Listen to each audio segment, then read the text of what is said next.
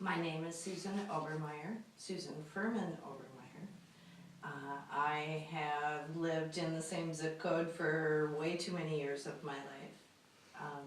Grew up nearby, went to the Minneapolis College of Art and Design for college, graduated with a Bachelor of Fine Arts degree in photography.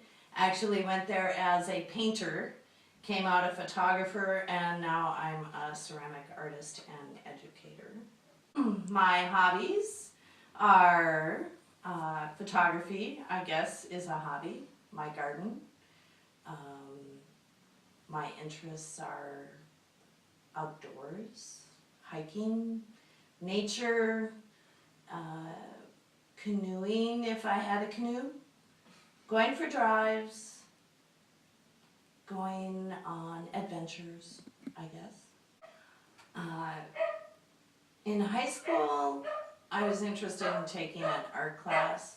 It was definitely better than a math class, and I had always been pretty good at art, so I signed up for a painting class and did pretty well, and then signed up for the next painting class, and then a sculpture class, and in sculpture class I threw some pots on a potter's wheel and thought that was wonderful, and kept painting, and really found my passion. I loved looking at things and then seeing if I could render them in paint or draw them, and decided to go to art school for college. One of the main reasons was I didn't have to take math and science in college to get a degree, so I chose art school.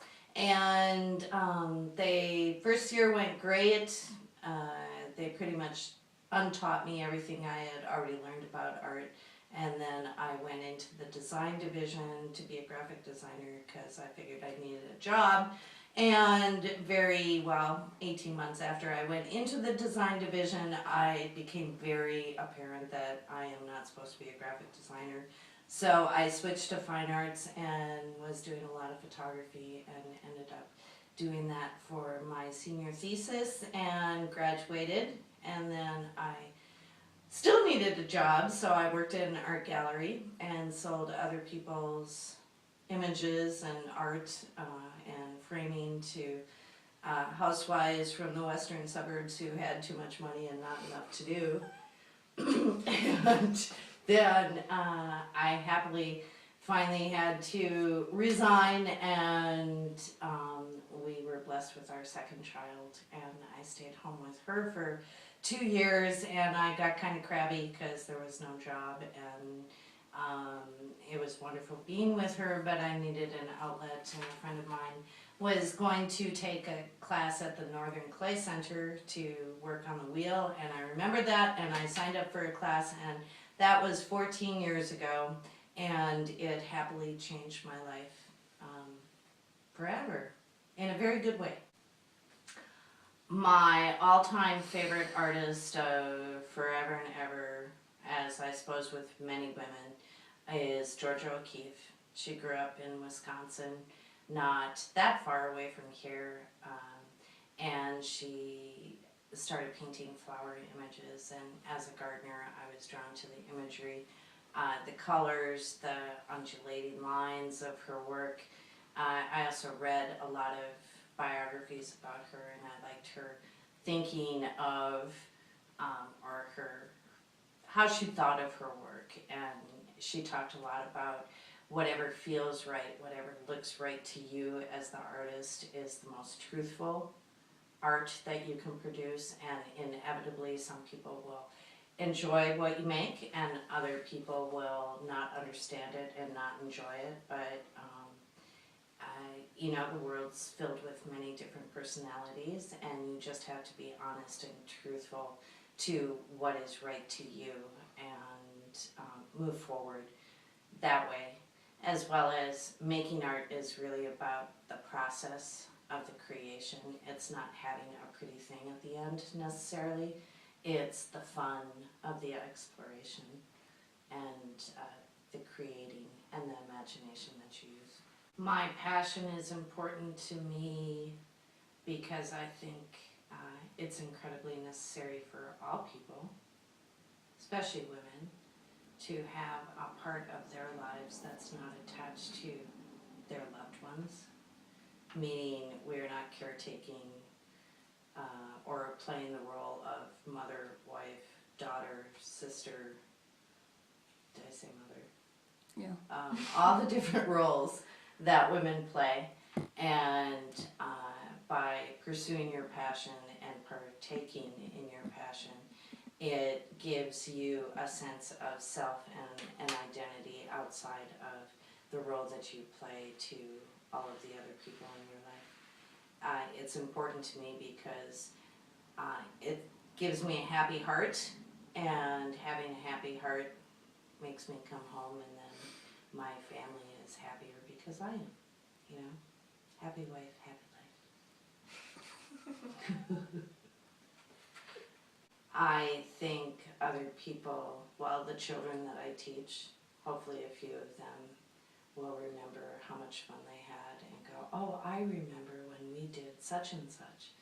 And with the seniors, memory care, Alzheimer's patients that I work with, they may not remember, but it's so true to be in the moment, and in the moments that we have together as we're creating together, wonderful conversation, wonderful stories, very important things. Really, what comes in life comes out during our time together. Biggest struggles as far as art, actually the largest one was learning how to center a ball of clay on a spinning wheel, which tends to be the biggest struggle for somebody learning how to make pots on a potter's wheel. Really, because I get to do what I love to do, it's not a struggle, really. You know, you're going to have good days and bad days. There's been some days where I've sat at the wheel and worked for 3.5 hours and everything I've made has collapsed and gone bloop on the wheel. And obviously that day was not the day that I was supposed to make work, as well as if you're too tense. I mean, if you're centering a ball of clay on a potter's wheel, you kind of have to be centered in your mind. So if your mind's filled with all sorts of other stuff, it's less easy to be successful when creating. Kind of have to be in the right frame of mind. Best rewards is I found what I wanted to do with the rest of my life slightly before the age of 40, and how fortunate and how grateful and lucky I am that I get to do that. There's thousands and thousands of people who have to get up every day and go to work and do stuff that they don't necessarily like, or definitely it doesn't feed their soul.